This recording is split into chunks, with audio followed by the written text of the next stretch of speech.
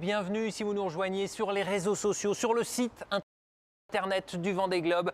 Nous sommes en direct pour vous faire vivre l'arrivée et le passage de la ligne d'arrivée de Boris Herrmann en 5e position, 5e sur la ligne, avec des images que nous découvrons en même temps que vous dans la brume au large des Sables d'Olonne avec le skipper allemand, le premier skipper allemand de l'histoire du Vendée Globe sur le point donc de franchir la ligne d'arrivée. Boris Herrmann à bord de son bateau abîmé.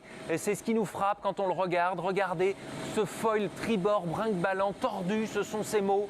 La joie malgré tout de Boris Herrmann.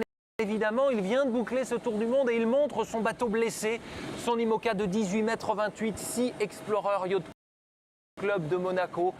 L'outrigger également, la partie du gréement qui tient le mât est abîmée. Boris Herrmann qui nous salue, le skipper allemand de 39 ans sur ces images en direct de Christophe Castagne avec l'hélicoptère du Vendée Globe et de la production télé. Regardez cette image que l'on savoure en même temps que vous. Boris Herrmann, 5e sur la ligne, lui qui bénéficiera de 6 heures de bonification dans la nuit, car ce sont les premières images de jour. Vous avez suivi en direct avec nous l'arrivée de Charlie Dalin, Yannick Bestaven, Louis Burton, Thomas Ruyant. Yannick Bestaven, vainqueur final de ce Vendée Globe, et donc Boris Herrmann, quelle désillusion si l'on peut dire, parce que ce qui s'est passé, pourquoi son bateau est abîmé, c'est parce qu'hier soir à 90 000 de l'arrivée, 166 km de l'arrivée, alors qu'il était en lice pour le podium, Boris Herrmann, il a heurté un chalutier, collision avec un chalutier. J'étais endormi au moment où cela s'est produit. Voilà ce qu'il a raconté dans une vidéo envoyée, Boris Herrmann.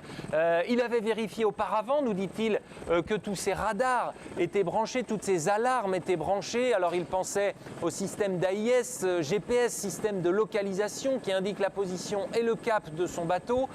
Il parlait également du système Oscar, capable de détecter les ovnis, ou en tout cas les objets qui sont devant son étrave. Mais malgré tout, donc, collision alors qu'il était en train de dormir avec un chalutier qui, dit-il, peut-être n'avait pas, lui, branché son AIS. Voilà l'une des hypothèses pour lesquelles ce système, ces alarmes ne se sont pas déclenchées. Voilà pourquoi ce bateau, donc cette image saisissante, cette image de jour de l'arrivée de Boris Herrmann avec un foil abîmé, un outrigger, une partie du gréement abîmée, et puis ce balcon, ces rayures également sur la partie de l'IMOCA. Et regardez, savourons ensemble cette joie de Boris Herrmann qui franchit donc la ligne, qui vient de franchir la ligne en 80 jours et bientôt 21 heures. Boris Herrmann, premier skipper allemand de l'histoire, a bouclé la boucle, l'Everest des mers, ce Vendée Globe. Vous nous suivez sur les réseaux sociaux depuis le 8 novembre. Évidemment, vous avez suivi et passé la nuit en notre compagnie. Et Boris Herrmann, regardez cette joie bien compréhensible, lui pour qui tout a failli s'effondrer au propre comme au figuré, donc en pleine nuit à 90 000 de l'arrivée, après cette collision donc survenue avec un chalutier. Boris Herrmann qui a même craint de perdre son mât. Voilà pourquoi il a réduit la toile. Sa vitesse était de 7 nœuds contre les 20 nœuds d'hier soir. Vous voyez la différence et vous voyez pourquoi il arrive maintenant plutôt qu'hier soir. Pas de podium, donc c'est une certitude pour Boris Herrmann qui franchit la ligne d'arrivée donc en 5e position. 6 heures de bonification pour voir s'il va au final, au classement final, figurer en 4e place. En tout cas, Boris Herrmann, nous vous l'avons fait vivre, ce franchissement de ligne, cette arrivée, avant de vous faire vivre également en direct, un petit peu plus tard, l'arrivée du concurrent suivant, des concurrents suivants, parce qu'il y a match entre Damien Seguin. Je peux vous dire qu'il y a de l'effervescence ici, si je regarde du côté du ponton, et vous entendrez peut-être quelques cris avec des supporters de Damien Seguin, groupe Apicil, le prochain sur la ligne. Donc, mais pour l'heure, avec Giancarlo Pedote, il y a match. Mais pour l'heure, on savoure donc ces images, les premières de jour d'arrivée de Vendée Globe 2020-2021. Boris Herrmann avec les feux de Bengale et ce bateau blessé, ce bateau blessé, lui qui a même accroché avec ses voiles d'avant, hein. Quand il s'est réveillé, quand il est sorti, il a vu que, eh bien, il avait du matériel de pêche accroché sur une des voiles d'avant et son foil tordu, ce sont ses mots, mais il n'a pas de voie d'eau, c'est une chance. Regardez, hein, la calebasse qui a souffert forcément, mais pas de fuite, en tout cas pas de voie d'eau dans ce bateau qui est un foiler de première génération, un bateau qui appartenait auparavant à Sébastien Josse pour le Vendée Globe 2016-2017. Il avait été contraint à l'abandon en Nouvelle-Zélande à cause de multiples problèmes, mais notamment un problème de foil. Lui, Boris Herrmann, après avoir pris possession de ce bateau, donc Sea Explorer Yacht Club de Monaco, après l'avoir rebaptisé, eh bien, il avait fait un choix justement de changer ses foils, rallonger les foils par rapport à la première version de Gitana 2016 pour Sébastien Josse. Bien lui en a pris, puisqu'au cours de son Vendée Globe, on me dit qu'il n'a pas franchi la ligne. Je me suis laissé abuser par ses feux de Bengale et ses fumigènes qu'il a craqué, ses fusées de détresse, donc Boris Herrmann. Donc on va suivre ce franchissement de ligne officiel avec vous, ce qui nous fera 80 jours et 21 heures peut-être. On est toujours dans les 80 jours et 20 heures au moment où on se parle. Je vous disais donc que Boris Herrmann, eh bien, qui même il y a quelques jours encore pouvait espérer avec le jeu des bonifications, eh bien, remporter potentiellement ce Vendée Globe. Eh bien, terrible fin. Quel scénario décidément pour lui et pour ce Vendée Globe en général, puisque Boris Herrmann, qui avait toujours été dans le bon wagon tout au long de ce Vendée Globe depuis le 8 novembre, il avait 2 jours et 12 heures de retard au Cap Horn, pour vous donner un chiffre, sur Yannick Bestaven, le futur vainqueur au Cap Horn, donc 2 jours de retard, mais c'est donc presque dans la foulée, donc malgré ses malheurs, que Boris Herrmann vient donc, ou s'apprête donc à franchir la ligne dans le brouillard, exactement comme au départ, le 8 novembre dernier.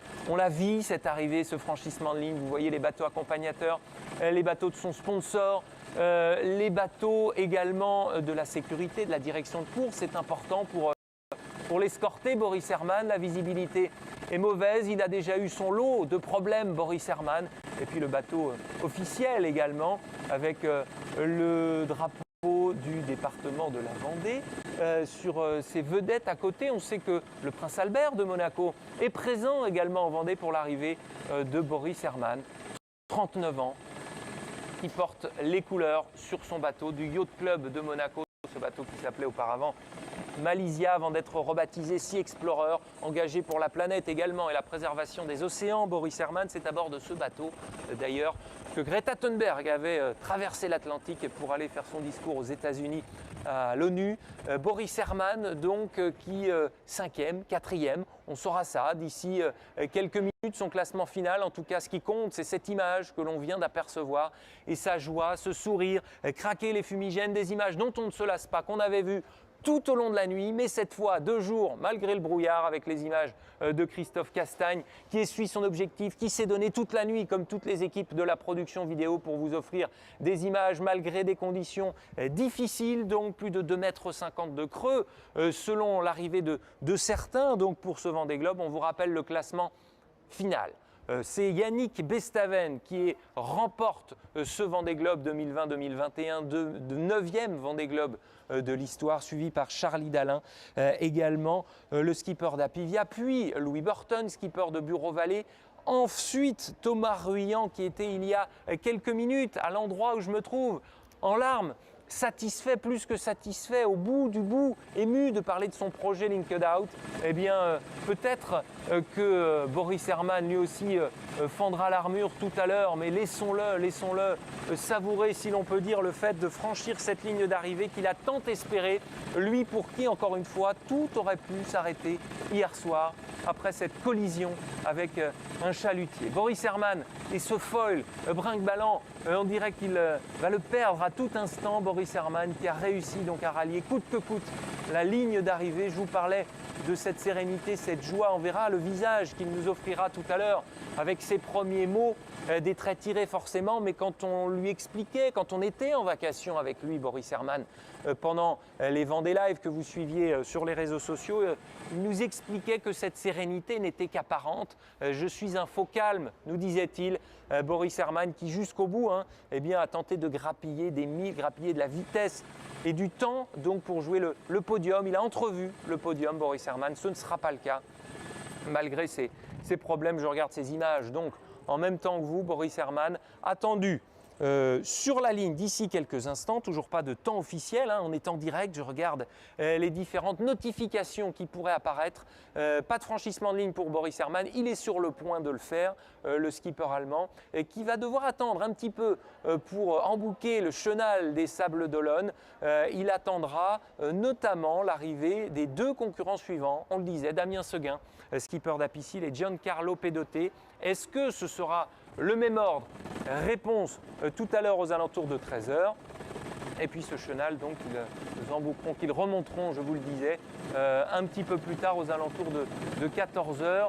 J'essaye de deviner ce pavillon qui flotte au-dessus de la vedette officielle, effectivement, le drapeau de la Vendée, et les couleurs rouges et blanches de la principauté de Monaco, le prince Albert, donc ici présent en Vendée pour venir saluer comme il se doit l'arrivée de ce héros finisher donc du Vendée Globe. Lui qui n'en est pas à son premier tour du monde, c'est le 4e, mais c'est le premier Vendée Globe, le premier tour du monde en solitaire à bord de ce bateau. Et cette joie, les bras levés, on respire pour lui, pour Boris Herman, le pouce levé.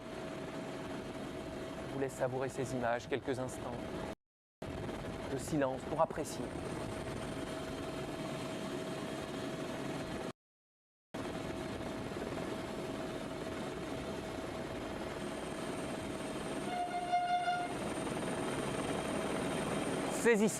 Saisissante cette image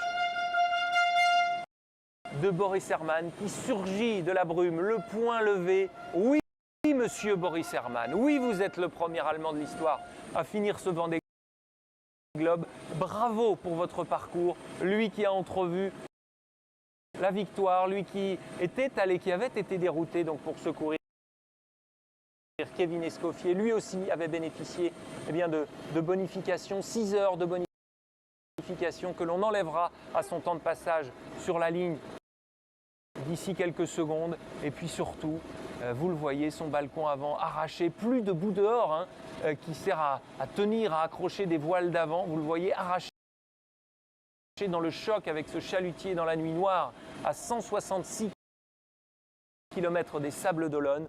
Ce foil tribord brinque-ballant, mais pas de voile d'eau. C'est ce qu'il nous a dit dans une vidéo qu'il avait envoyée, Boris Herman, cette nuit après l'accident, après avoir sécurisé au mieux son gréement, puisque potentiellement un haubans était touché, le gréement était touché. Il devait donc rester sur cette amure avec le vent donc, qui devait venir toujours du même côté pour éviter de fragiliser encore plus son mât de 30 mètres de haut et d'anéantir tous ses espoirs de finir ce Vendée Globe et de franchir la ligne.